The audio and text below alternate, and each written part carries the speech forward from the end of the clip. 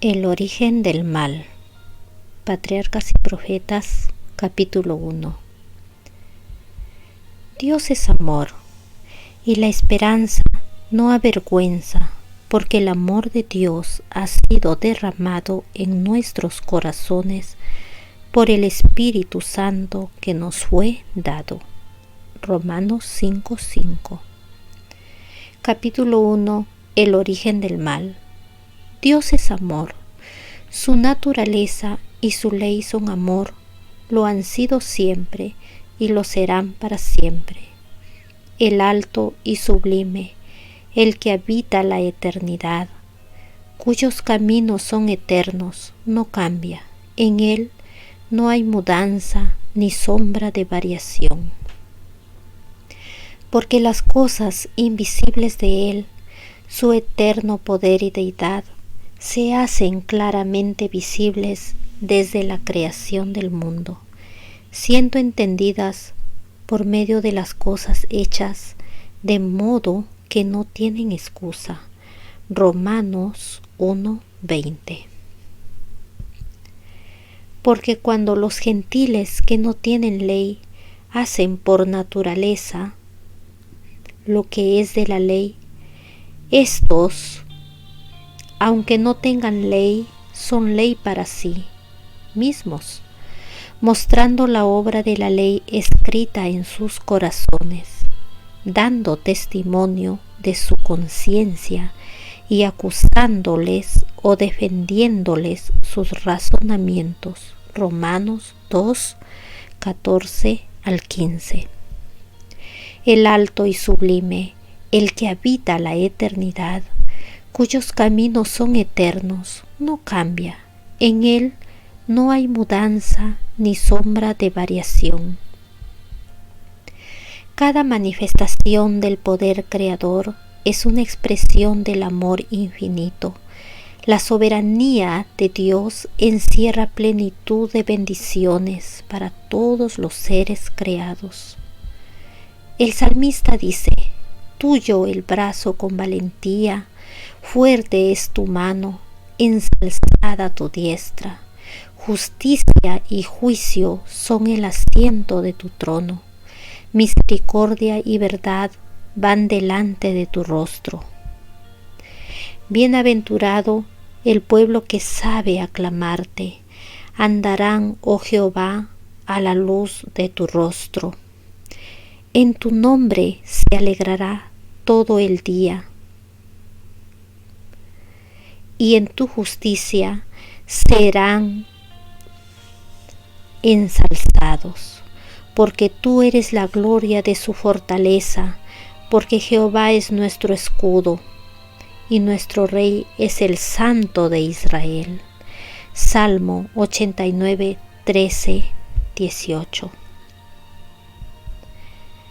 La historia del gran conflicto entre el bien y el mal, desde el que principió en el cielo hasta el final abatimiento de la rebelión y la total extirpación del pecado, es también una demostración del inmutable amor de Dios. El soberano del universo no estaba solo en su obra benéfica. Tuvo un compañero, un colaborador que podía apreciar sus designios y que podía compartir su regocijo al brindar felicidad a los seres creados. En el principio era el Verbo, y el Verbo era con Dios, y el Verbo era Dios. Este era en el principio con Dios. Juan 1:1 y 2. Cristo, el Verbo, el unigénito de Dios, era uno solo con el Padre eterno, uno solo en naturaleza, en carácter y en propósitos. Era el único ser que podía penetrar en todos los designios y fines de Dios. Y llamarase su nombre admirable, consejero, Dios fuerte, Padre eterno, príncipe de paz. Sus salidas son desde el principio, desde los días del siglo. Isaías 9:6, Miqueas 5:2. Y el Hijo de Dios, hablando de sí mismo, declara: Jehová me poseía en el principio. De su camino, ya de antiguo, antes de sus obras, eternamente tuve el principado. Cuando establecía los fundamentos de la tierra, con él estaba yo, ordenándolo todo, y fui su delicia todos los días, teniendo solaz delante de él en todo tiempo. El Padre obró por medio de su Hijo en la creación de todos los seres celestiales, porque por él fueron criadas todas las cosas, sean tronos, sean dominios, sean principados, sean potestades, todo fue criado por él y para él. Los ángeles son los ministros de Dios que, irradiando la luz que constantemente dinama de la presencia de él y valiéndose de sus rápidas alas, se apresuran a ejercer la voluntad de Dios. Pero el Hijo, el ungido de Dios, la misma imagen de su sustancia, el resplandor de su gloria y sostenedor de todas las cosas con la palabra de su potencia, tiene la supremacía sobre todos ellos. Un trono de gloria, excelso desde el principio, era el lugar de su santuario, una vara de equidad, el cetro de su reino. Alabanza y magnificencia delante de él, fortaleza y gloria en su santuario. Misericordia y verdad van delante de tu rostro. Hebreos 1:3, Jeremías 17:12, Salmo 96:6, 89:14. Siendo la ley del amor el fundamento del gobierno de Dios, la felicidad de todos los seres inteligentes depende de su perfecto acuerdo con los grandes principios de justicia de esa ley. Dios desea de todas sus criaturas el servicio que nace del amor, de la comprensión y del aprecio de su carácter. No halla placer en una obediencia forzada y otorga a todos libre albedrío para que puedan servirle voluntariamente. Mientras todos los seres creados reconocieron la lealtad del amor, hubo una perfecta armonía en el universo de Dios. Cumplir los designios de su Creador era el gozo de las huestes celestiales. Se deleitaban en reflejar la gloria del Todopoderoso y en alabarle, y su amor mutuo fue fiel y desinteresado.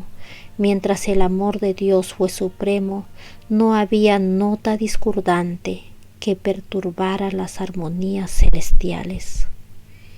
Pero se produjo un cambio en ese estado de felicidad. Hubo uno que pervirtió la libertad que Dios había otorgado a sus criaturas. El pecado se originó en aquel que, después de Cristo, había sido el más honrado por Dios y que era el más exaltado en poder y en gloria entre los habitantes del cielo. Lucifer, el hijo de la mañana, era el principal de los querubines, cubridores, santo e inmaculado. Estaba en la presencia del gran Creador, y los incesantes rayos de gloria que envolvían al Dios eterno caían sobre él. Así ha dicho el Señor Jehová tu Dios: tú eras el sello de la perfección, lleno de sabiduría y acabado de hermosura. En Edén, en el huerto de Dios estuviste. Toda piedra preciosa era tu vestimenta. Tú, querubín grande, cubridor, yo te puse en el santo monte de Dios. Estuviste. En medio de las piedras de fuego has andado. Perfecto eras en todos tus caminos desde el día en que fuiste creado hasta que se halló en ti maldad. Ezequiel 28, 12 al 15. Poco a poco Lucifer llegó a albergar el deseo de ensalzarse. Las escrituras dicen: enaltecióse su corazón a causa de tu hermosura, corrompiste tu sabiduría a causa de tu esplendor. Verso 17. Tú que decías en tu corazón: junto a las estrellas de Dios ensalzaré mi solio y seré semejante al Altísimo. Isaías 14, 13, 14. Aunque toda su gloria procedía de Dios, este poderoso ángel llegó a considerarla como perteneciente a sí mismo. Descontento con el puesto que ocupaba, a pesar de ser el ángel que recibía más honores entre las huestes celestiales, se aventuró a codiciar el homenaje que solo debe darse al Creador. En vez de procurar el ensalzamiento de Dios como supremo en el afecto y la lealtad de todos los seres creados, trató de obtener para sí mismo el servicio y la lealtad de ellos. Y codiciando la gloria con que el Padre Infinito había investido a su Hijo, este príncipe de los ángeles aspiraba el poder que solo pertenecía a Cristo. Ahora la perfecta armonía del cielo estaba quebrantada. La disposición de Lucifer de servirse a sí mismo en vez de servir a su Creador despertó un sentimiento de honda aprensión cuando fue observada por quienes consideraban que la gloria de Dios debía ser suprema. Reunidos en concilio celestial, los ángeles rogaron a Lucifer que desistiese de su intento. El Hijo de Dios presentó ante él la grandeza, la bondad y la justicia del Creador, y también la naturaleza sagrada e inmutable de su ley.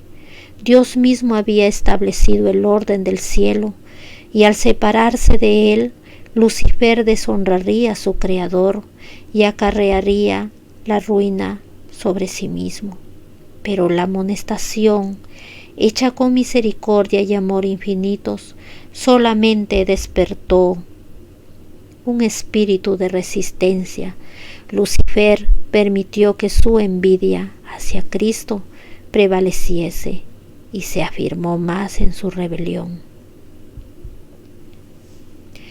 El propósito de este príncipe de los ángeles llegó a ser disputar la supremacía del Hijo de Dios y así poner en tela de juicio la sabiduría y el amor del Creador.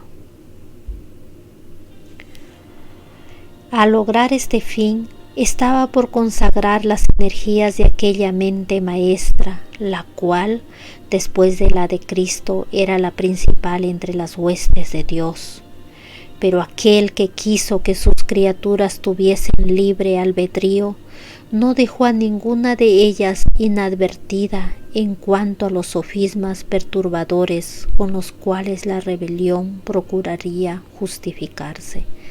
Antes de que la gran controversia principiase, debía presentarse claramente a todos la voluntad de aquel cuya sabiduría y bondad eran la fuente de todo su regocijo.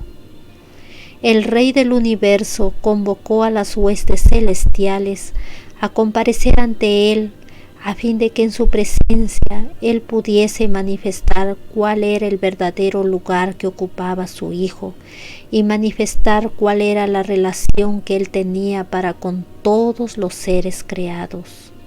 El Hijo de Dios compartió el trono del Padre y la gloria del Ser eterno que existía por sí mismo, y cubrió a ambos. Alrededor del trono se congregaron los santos ángeles, una vasta e innumerable muchedumbre. millones de millones y los ángeles más elevados como ministros y súbditos se regocijaron en la luz que de la presencia de la deidad caía sobre ellos. Ante los habitantes del cielo, reunidos, el rey declaró que ninguno, excepto Cristo, el Hijo unigénito de Dios, podía penetrar en la plenitud de sus designios y que a éste le estaba encomendada la ejecución de los grandes propósitos de su voluntad. El Hijo de Dios había ejecutado la voluntad del Padre en la creación de todas las huestes del cielo, y a Él, así como a Dios, debían ellas tributar homenaje y lealtad. Cristo había de ejercer aún el poder divino en la creación de la tierra y sus habitantes, pero en todo esto no buscaría poder o ensalzamiento para sí mismo en contra del plan de Dios, sino que exaltaría la gloria del Padre y ejecutaría sus fines de beneficencia y amor. Los ángeles reconocieron gozosamente la supremacía de Cristo y postrándose ante Él le rindieron su amor y adoración. Lucifer se postró con ellos, pero en su corazón se libraba un extraño y feroz conflicto. La verdad, la justicia y la lealtad luchaban contra los celos y la envidia. La influencia de los santos ángeles pareció por algún tiempo arrastrarlo con ellos, mientras en melodiosos acentos se elevaban himnos de alabanza cantados por millares de ángeles de alegres voces. El espíritu del mal parecía vencido. Indecible amor conmovía su ser entero. Al igual que los inmaculados adoradores, su alma se hinchió de amor hacia el Padre y el Hijo, pero luego se llenó del orgullo de su propia gloria, volvió a su deseo de supremacía y nuevamente dio cabida a su envidia hacia Cristo. Los altos honores conferidos a Lucifer no fueron justipreciados como dádiva especial de Dios. Por lo tanto, no produjeron gratitud alguna hacia su Creador. Se jactaba de su esplendor y elevado puesto y aspiraba a ser igual a Dios. La hueste celestial le amaba y reverenciaba. Los ángeles se deleitaban en cumplir sus órdenes y estaba dotado de más sabiduría y gloria que todos ellos. Sin embargo, el Hijo de Dios ocupaba una posición más exaltada que él. Era igual al Padre en poder y autoridad. Él compartía los designios del Padre, mientras que Lucifer no participaba en los concilios de Dios. ¿Por qué?, se preguntaba el poderoso ángel, ¿debe Cristo tener la supremacía? ¿Por qué se le honra más que a mí? Abandonando su lugar en la inmediata presencia del Padre, Lucifer salió a difundir el espíritu de descontento entre los ángeles. Trabajó con misteriosa reserva y por algún tiempo ocultó sus verdaderos propósitos bajo una aparente reverencia hacia Dios.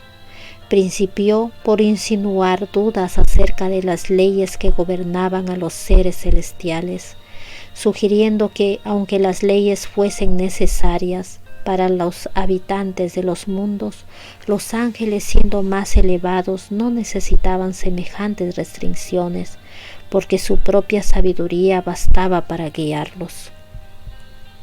Ellos no eran seres que pudieran acarrear deshonra a Dios.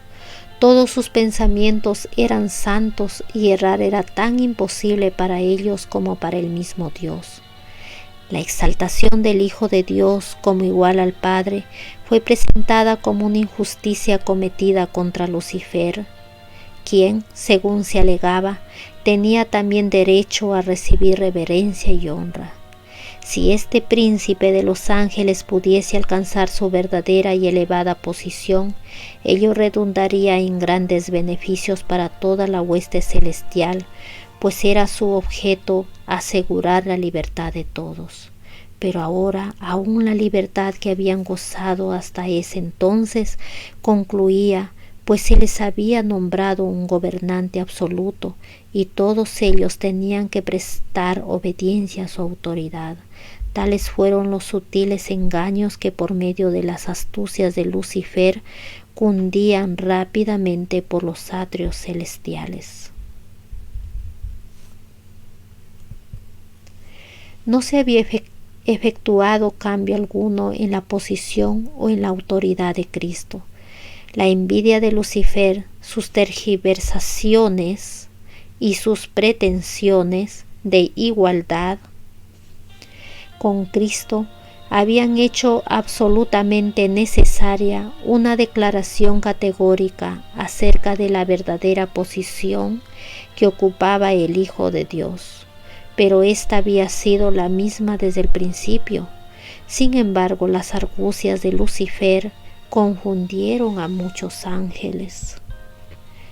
Valiéndose de la amorosa y leal confianza depositada en él por los seres celestiales que estaban bajo sus órdenes, había inculcado tan insidiosamente en sus mentes su propia desconfianza y descontento que en su influencia no se discernía. Lucifer había presentado con falsía los designios de Dios, interpretándolos torcida y erróneamente a fin de producir disensión y descontento. Astutamente inducía a sus oyentes a que expresaran sus sentimientos. Luego, cuando así convencía sus intereses, repetía esas declaraciones en prueba de que los ángeles no estaban del todo en armonía con el gobierno de Dios. Mientras aseveraba tener perfecta lealtad hacia Dios, insistía en que era necesario que se hiciese cambios en el orden y las leyes del cielo para asegurar la estabilidad del gobierno divino. Así, mientras obraba por despertar oposición a la ley de Dios y por inculcar su propio descontento en la mente de los ángeles que estaban bajo sus órdenes, hacía alarde de querer eliminar el descontento y reconciliar a los ángeles desconformes con el orden del cielo. Mientras fomentaba secretamente el desacuerdo y la rebelión, con pericia consumada, aparentaba que su único fin era promover la lealtad y preservar la armonía y la paz. El espíritu de descontento así encendido hacía su funesta obra.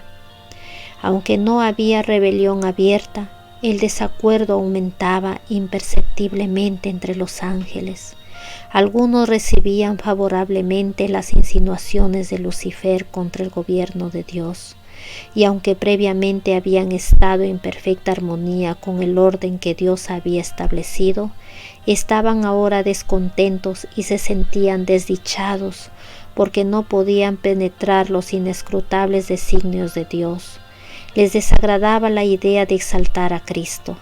Estaban listos para respaldar la demanda de Lucifer de que él tuviese igual autoridad que el Hijo de Dios, pero los ángeles que permanecieron leales y fieles apoyaron la sabiduría y la justicia del decreto divino, y así trataron de reconciliar al descontento Lucifer con la voluntad de Dios. Cristo era el Hijo de Dios, había sido uno con el Padre antes que los ángeles fueran creados. Siempre estuvo a la diestra del Padre, su supremacía tan llena de bendiciones para todos aquellos que estaban bajo su benigno dominio no había sido hasta entonces disputada. La armonía que reinaba en el cielo nunca había sido interrumpida. ¿Por qué debía haber ahora discordia? Los ángeles leales podían ver solo terribles consecuencias como resultado de esa disensión, y con férvidas súplicas aconsejaron a los descontentos que renunciasen a su propósito y se mostrasen leales a Dios mediante la fidelidad a su gobierno. Con gran misericordia, según su divino carácter, Dios soportó por mucho tiempo a Lucifer. El espíritu de descontento y desafecto no se había conocido antes en el cielo. Era un elemento nuevo, extraño, misterioso e inexplicable. Lucifer mismo al principio no entendía la verdadera naturaleza de sus sentimientos. Durante algún tiempo había temido dar expresión a los pensamientos y a las imaginaciones de su mente, y sin embargo no los desechó. No veía el alcance de su extravío.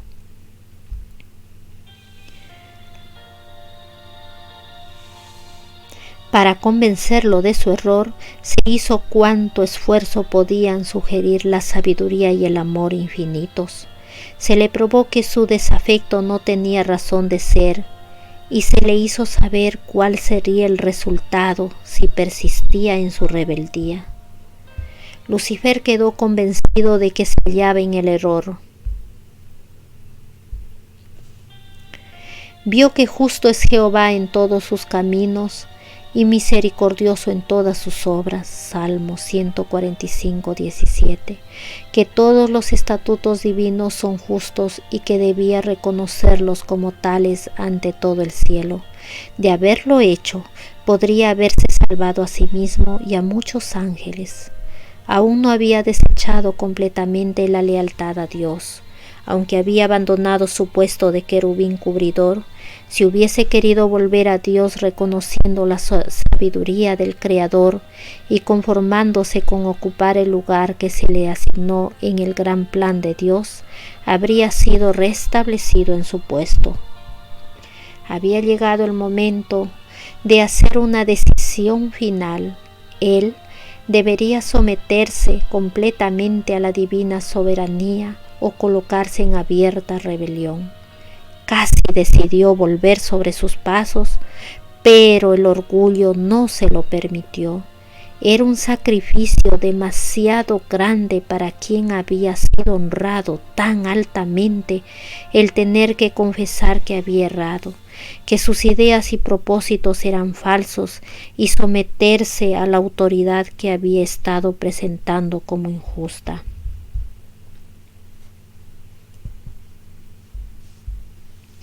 Un creador compasivo, anhelante de manifestar piedad hacia Lucifer y sus seguidores, procuró hacerlos retroceder del abismo de la ruina al cual estaban a punto de lanzarse, pero su misericordia fue mal interpretada. Lucifer señaló la longanimidad de Dios como una prueba evidente de su propia superioridad sobre él, como una indicación de que el Rey del universo aún accedería a sus exigencias. Si los ángeles se mantenían firmes de su parte, dijo, aún podrían conseguir todo lo que deseaban. Defendió persistentemente su conducta y se dedicó de lleno al gran conflicto contra su Creador. Así fue como Lucifer, el portaluz, el que compartía la gloria de Dios, el ministro de su trono, mediante la transgresión se convirtió en Satanás, el adversario de Dios y de todos los seres santos, y el destructor de aquellos que el Señor había encomendado a su dirección y cuidado. Rechazando con desdén los argumentos y las súplicas de los ángeles leales, los tildó de esclavos engañados. Declaró que la preferencia otorgada a Cristo era un acto de injusticia tanto hacia él como hacia toda la hueste celestial, y anunció que desde ese entonces no se sometería a esa violación de los derechos de sus asociados y de los suyos propios. Nunca más reconocería la supremacía de Cristo. Había decidido reclamar el honor que se le debió haber otorgado y asumir la dirección de cuantos quisieran seguirle, y prometió a quienes entrasen en sus filas un gobierno nuevo y mejor, bajo cuyo cuya tutela todos gozarían de libertad.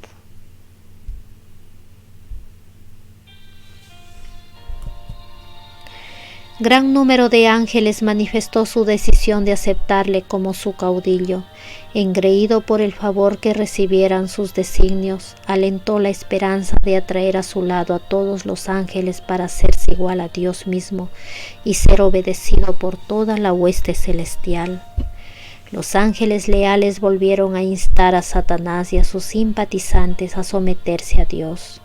Les presentaron lo que resultaría inevitable en caso de rehusarse. El que los había creado podía vencerlos y castigar severamente su rebelde osadía. Ningún ángel podía oponerse con éxito a la ley divina, tan sagrada como Dios mismo.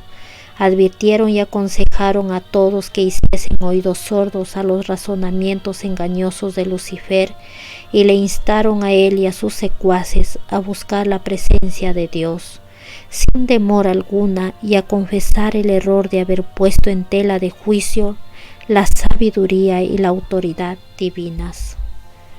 Muchos estaban dispuestos a prestar atención a este consejo, a arrepentirse de su desafecto y a pedir que se les admitiese en el favor del Padre y del Hijo. Pero Lucifer tenía otro engaño listo. El poderoso rebelde declaró entonces que los ángeles que se le habían unido habían ido demasiado lejos para retroceder, que él estaba bien enterado de la ley divina y que sabía que Dios no los perdonaría. Declaró que todos aquellos que se sometieran a la autoridad del cielo serían despojados de su honra y degradados. En cuanto a él se refería, estaba dispuesto a no reconocer nunca más la autoridad de Cristo. Manifestó que la única salida que les quedaba a él y a sus seguidores era declarar su libertad y obtener por medio de la fuerza los derechos que no se les quiso otorgar de buen grado. En lo que concernía a Satanás mismo, era cierto que ya había ido demasiado lejos en su rebelión para retroceder, pero no ocurría lo mismo con aquellos que habían sido cegados por sus engaños. Para ellos el consejo y las súplicas de los ángeles leales abrían una puerta de esperanza, y si hubiesen atendido la advertencia, podrían haber escapado del lazo de Satanás. Pero permitieron que el orgullo, el amor a su jefe y el deseo de libertad ilimitada los dominase por completo, y los ruegos del amor y la misericordia divinos fueron finalmente rechazados. Dios permitió que Satanás siguiese con su obra hasta que el espíritu de desafecto se trocó en una activa rebelión.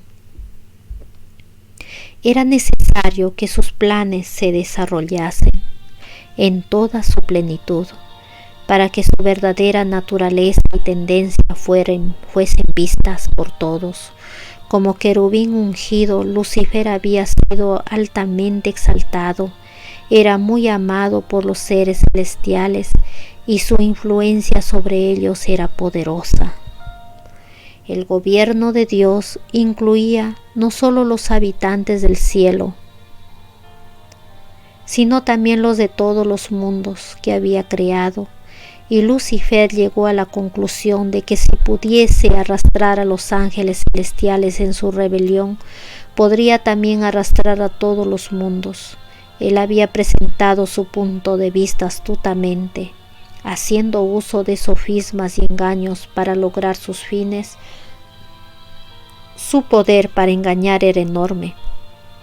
Disfrazándose con un manto de mentira, había obtenido una ventaja. Todo cuando estaba tan revestido de misterio que era muy difícil revelar a los ángeles la verdadera naturaleza de su obra.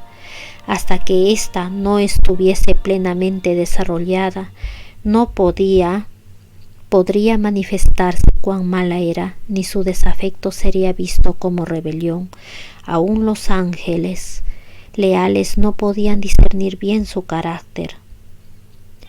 ni ver dónde se encaminaba su obra. Al principio, Lucifer había encauzado sus tentaciones de tal manera que él mismo no se comprometía.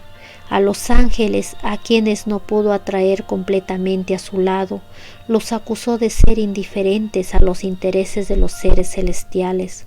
Acusó a los ángeles leales de estar haciendo precisamente la misma labor que él hacía. Su política era confundirlos con argumentos sutiles acerca de los designios de Dios. Cubría de misterio todo lo sencillo y por medio de astuta perversión ponía en duda las declaraciones más claras de Jehová y su elevada posición, tan íntimamente relacionada con el gobierno divino, daba mayor fuerza a sus pretensiones. Dios podía emplear solo aquellos medios que fuesen compatibles con la verdad y la justicia. Satanás podía valerse de medios que Dios no podía usar, la lisonja y el engaño. Había procurado falsear la palabra de Dios y había tergiversado el plan de gobierno divino, alegando que el Creador no obraba con justicia al imponer leyes a los ángeles que al exigir sumisión y obediencia de sus criaturas buscaba solamente su propia exaltación. Por lo tanto, era necesario demostrar ante todos los habitantes del cielo y de todos los mundos que el gobierno de Dios es justo y su ley perfecta. Satanás había fingido que procuraba fomentar el bien del universo. El verdadero carácter del usurpador y su verdadero objetivo deberían ser comprendidos por todos. Debía dársele tiempo suficiente para que se revelase por medio de sus propias obras inicuas. La discordia que su propio proceder había causado en el cielo, Satanás la atribuía al gobierno de Dios. Todo lo malo, decía, era resultado de la administración divina. Alegaba que su propósito era mejorar los estatutos de Jehová. Por consiguiente, Dios le permitió demostrar la naturaleza de sus pretensiones para que se viese el resultado de los cambios que él proponía hacer en la ley divina. Su propia labor había de condenarle. Satanás había dicho desde el principio que no estaba en rebeldía. El universo entero debía de ver al engañador desenmascarado. Aun cuando Satanás fue arrojado del cielo, la sabiduría infinita no le aniquiló, puesto que sólo el servicio inspirado por el amor puede ser aceptable para Dios. La lealtad de sus criaturas debe basarse en la convicción de que es justo y benévolo. Por no estar los habitantes del cielo y de los mundos preparados para entender la naturaleza o las consecuencias del pecado, no podrían haber discernido la justicia de Dios en la destrucción de Satanás. Si se le hubiese suprimido inmediatamente, algunos habrían servido a Dios por temor más bien que por amor. La influencia del engañador no habría sido anulada totalmente, ni se hubiera extirpado por completo el espíritu de rebelión. Para el bien del universo entero, a través de los siglos sin fin, era necesario que Satanás desarrollase más ampliamente sus principios, para que todos los seres creados pudiesen reconocer la naturaleza de sus acusaciones contra el gobierno divino, y para que la justicia y la misericordia de Dios y la inmutabilidad de su ley quedasen establecidas para siempre.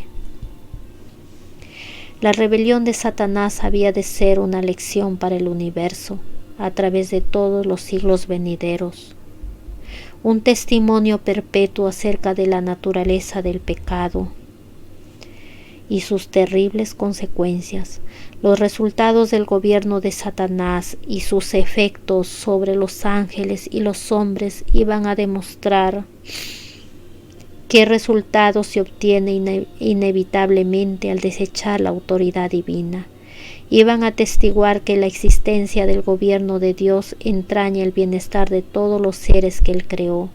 De esta manera, la historia de este terrible experimento de la rebelión iba a ser una perpetua salvaguardia para todos los seres santos, para evitar que sean engañados acerca de la naturaleza de la transgresión, para salvarlos de cometer pecado y sufrir sus consecuencias.